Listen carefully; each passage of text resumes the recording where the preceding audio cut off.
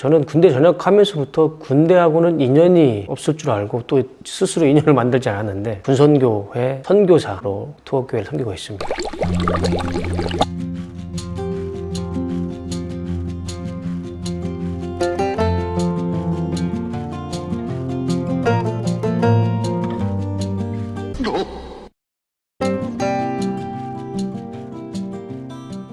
자기소개 부탁드립니다.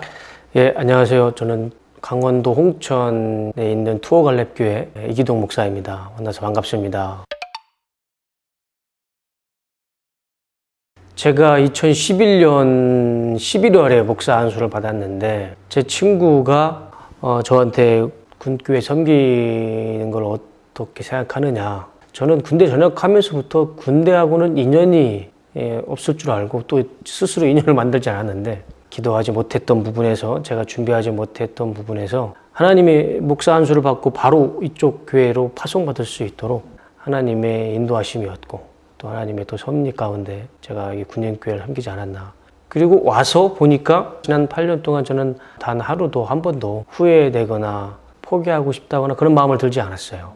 하나님이 제가 가야 할 곳에 또 있어야 할 곳에 보내주시지 않았나 생각을 하게 되죠.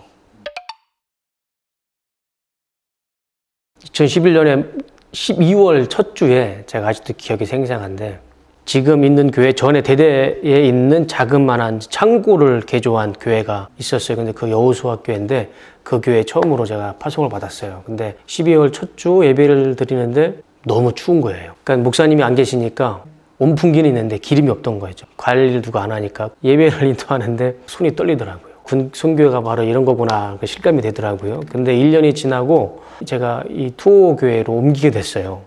그래서 투어 교회를 좀 왔는데 모든 게 다 갖춰져 있는 거죠. 예, 군인 교회지만 많이 부족하지만 그래도 너무 이제 교회의 모습이 너무 좋았고 그래서 같이 동역할 수 있는 교회구나 그런 생각에 좀 더 감사했죠.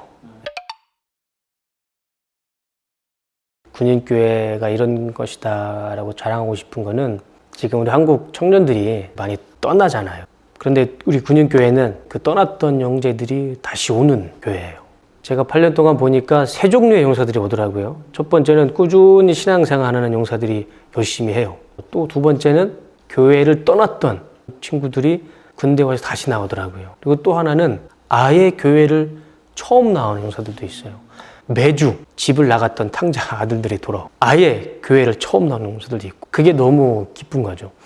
그리고 또 하나가 있다면 우리 투어교회 6가정에 나오세요. 우리 간부님들이 너무 열심히 하세요. 6, 7가정의 헌신으로 우리 여단 또 교회에 나오는 총 4개 대대의 용사들 1,500명이 넘는데 그 친구들을 훈련 때마다 명품도 전달해주고 예배 올 때마다 간식도 주고 선물도 주는 부족함이 없어요. 그러니까 우리 군교회 나오시는 간부님들 특히 가정분들은 한 분 한 분이 너무 소중한 거예요. 너무 귀한 거예요. 그러니까 오병이어가 그분들을 통해서 나타나는 거죠.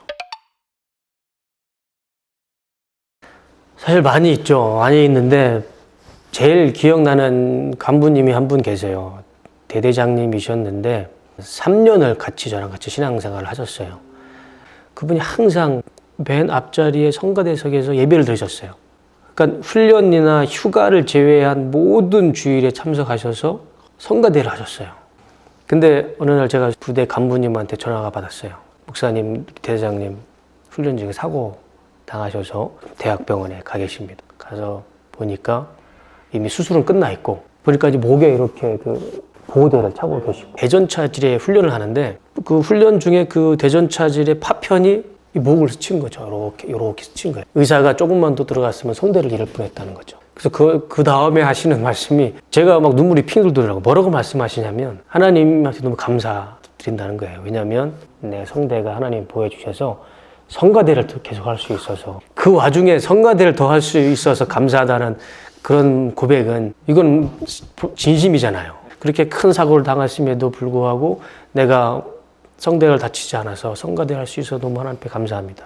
그리고 또 우리 집 간부님이 그런 분이 계시면 또 용사들도 한 명이 생각이 나는데 우리 그 친구는 제가 저녁 식사를 하고 있는 늦은 시간에 전화가 왔어요. 근데 이제 전화를 보면 이제 발신자 번호가 아니까 부대에서 전화했구나를 알았어요. 받았는데 이야기를 안 하는 거예요. 한 몇 초 지난 후에 끊더라고요. 그리고 그 다음날 또 전화가 온 거죠. 똑같은 번호로. 제가 먼저 얘기했어요.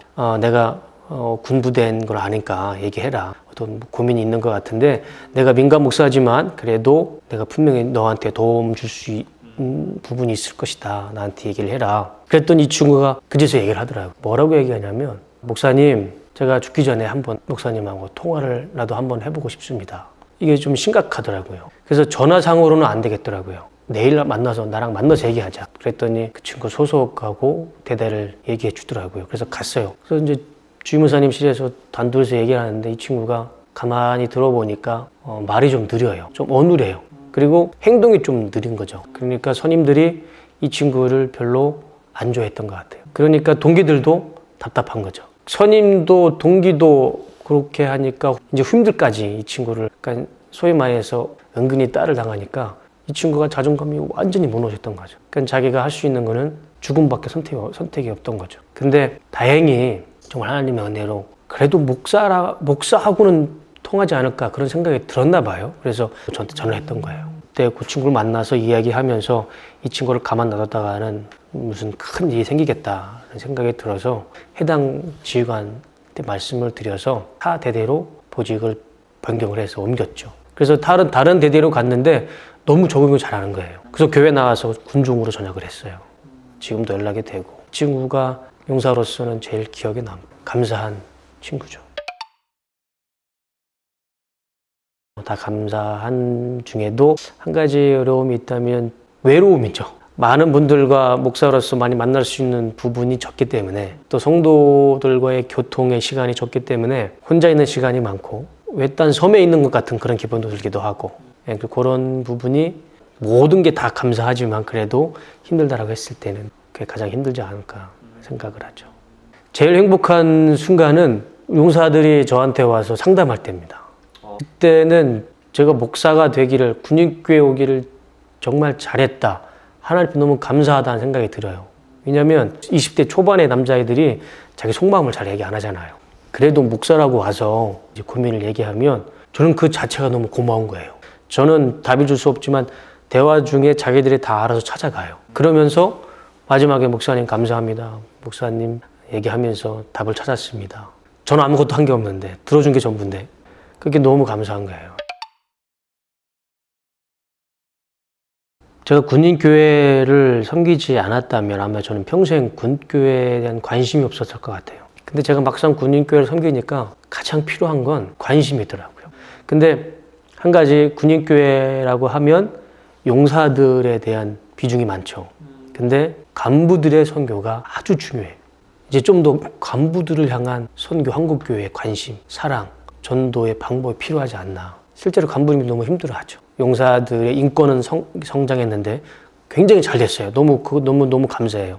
그런데 상대적으로 간부들은 옛날 제자리라 그런 상황이다 보니까 한국교회에서 군교회 관심을 주되 이전에는 없었던 간부들에 대한 관심, 그게 지금 한국에 있는 군인교회에 필요한 사역이 아닌가 생각을 하죠.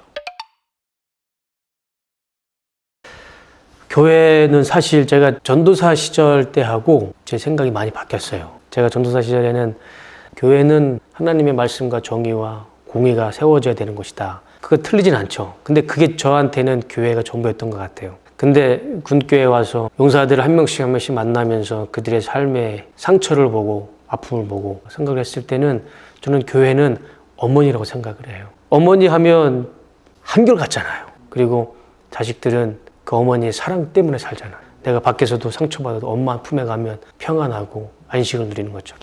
우리 용사들이 일주일 내내 여기저기 막 육체적으로 정신적으로 힘들 때 교회에 왔는데 정말 어머니와 같은 평안함, 어머니와 같은 사랑 받고 돌아가면 일주일 동안 또 힘들고 어려운 군생활을 이겨낼 수 있고, 그게 군교회뿐만 아니라 한 지역의 한 마을에 교회가 어머니 역할을 한다면 그 지역은 많은 선한 영향을 끼치지 않을까, 그 교회를 통해서.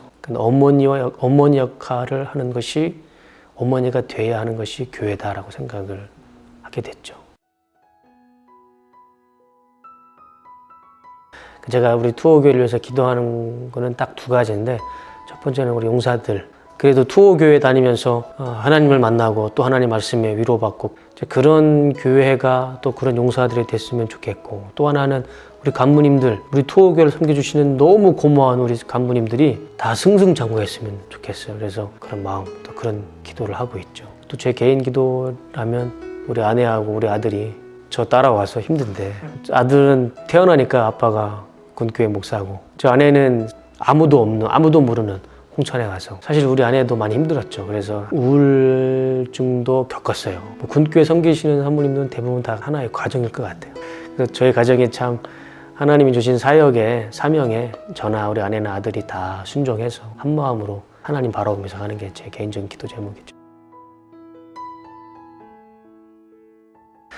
저는 마지막으로 하고 싶은 말씀은 골목교회가 더 잘 됐으면 좋겠어요. 왜냐면 세상 기준으로 봤을 때 크고 화려한 것만 보여지게 되는데, 이렇게 우리 채널처럼 구석구석에 돌아다니시면서 정말 이름 없이 빚도 없이 열심히 하나님의 사명을 받아서 헌신하는 목사님들, 그분들의 삶 속에 나타난 하나님의 역사, 하나님의 은혜를 같이 공유할 수 있다는 게 얼마나 그게 감사해요. 그러니까 저도 몇 차례 이제 채널 앞에 올려놨던 거 영상을 보면서 위로가 됐어요. 많은 목사님들이 이 채널을 봤으면 좋겠고, 많은 목사님들이 이 인터뷰에 좀 참여해 주셨으면 좋겠고, 또 이게 많이 알려져서 정말 우리 한국교회에 선한 영향력, 특별히 사역자들에게 큰 위로가 되는 그런 채널, 그런 사역들이 됐으면 좋겠어요. 진심입니다.